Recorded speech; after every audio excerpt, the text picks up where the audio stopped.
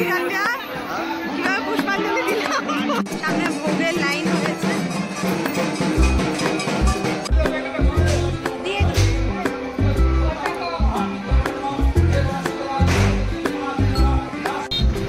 সবই ল্যাদ সন্ধ্যেবেলায় রোল মানে রোলটাও বাইরে থেকে খেতে দেবে না একাদশীর প্ল্যানিং চলছে এদিকে চিংড়ি মালাইকারি না ইলিশ ভাপা না মাটন কষাই welcome back to my channel Debjani story শুভ মহাষ্টমী সকলকে সকাল থেকে উঠে 10টাও বাজেনি সব শেষ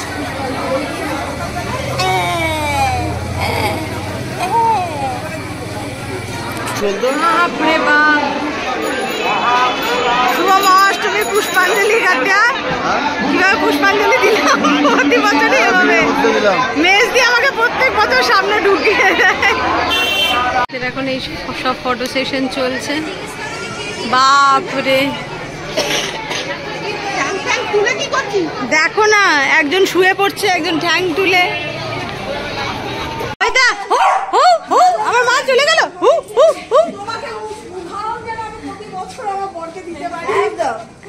আমাদের মেনুতে হচ্ছে ডাল পুরি আর কি গো ছোলার ডাল হ্যাঁ তিনটে দাও আর রসগোল্লা এই রসগোল্লাটা কালকে থেকে মিস করছিলাম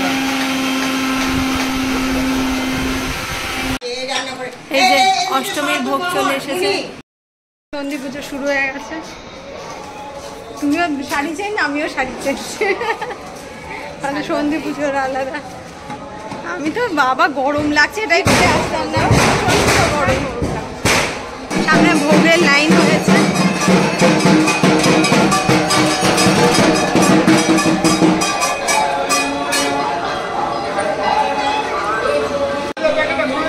দিয়ে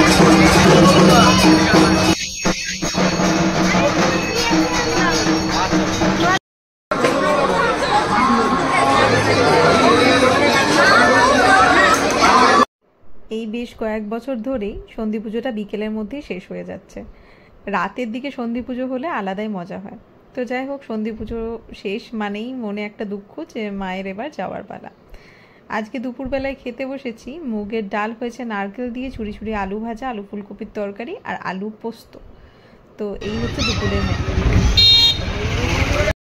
অষ্টমীর রাত রেডি হয়ে বেরোলাম আমি আর ঝুমপাদি যাচ্ছি দিদিভাইয়েরও আসার কথা ছিল বাট লাস্ট মোমেন্টও শরীরটা একটু খারাপ লাগছে কোনো বেরোবো না আসলে সবই ল্যাদ তো আমরা এখন যাচ্ছি সামনে কৈলি সংঘের ঠাকুরটা ভালো হয়েছে ওটা দেখতে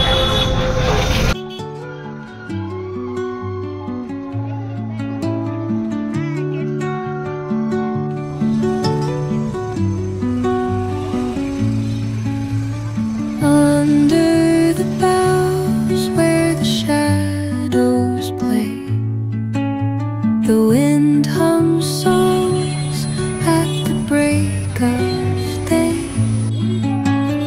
whispering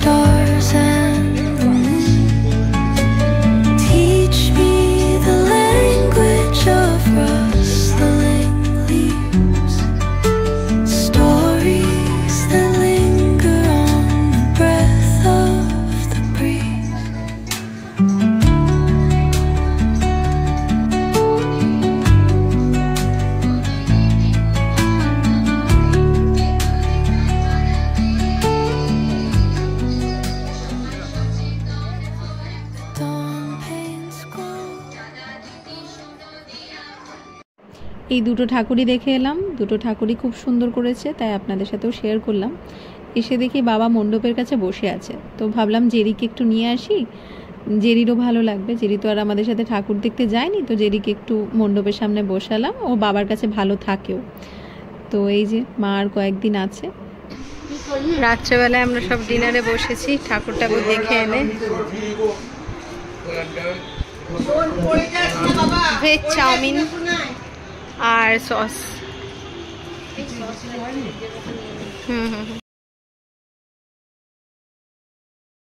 শুভ মহানবমী। সকাল সকাল উঠে স্নান টান করে রেডি।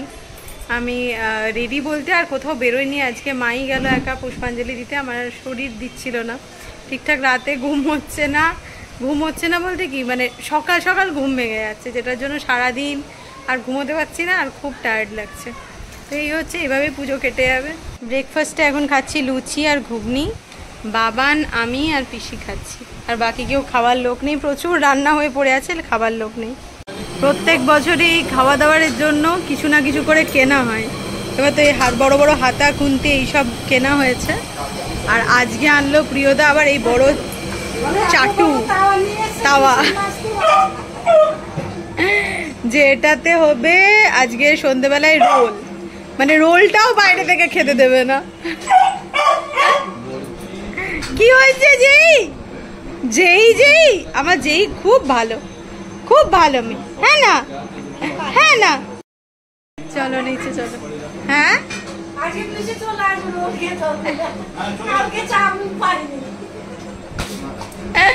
আজকে নবমী, প্ল্যানিং হচ্ছে দশমী আর একাদশীর প্ল্যানিং চলছে। এদিকে চিংড়ি মালাইকারি না ইলিশ ভাপা না মাটন কষা এইসব চলছে। এই যে সারা পুজোতে দেখা পাইনি,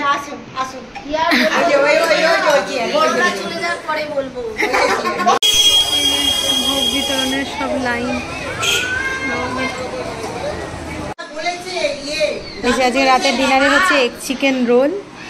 আমরা সবাই গল্প করেই কাটিয়ে দিলাম, আজকে সারাদিন কোথাও আর বের হয়নি।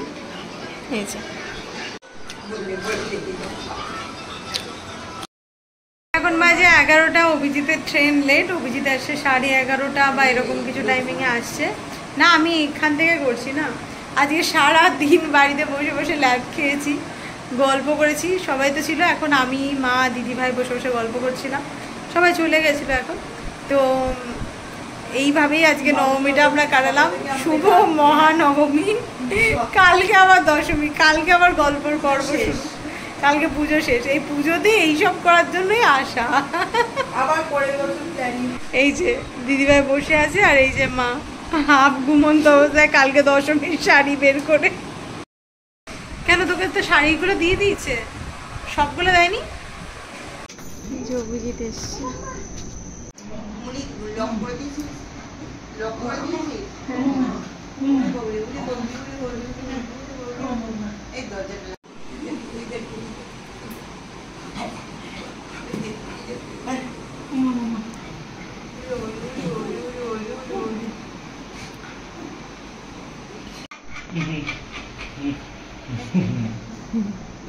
ছাড়ছে আবার।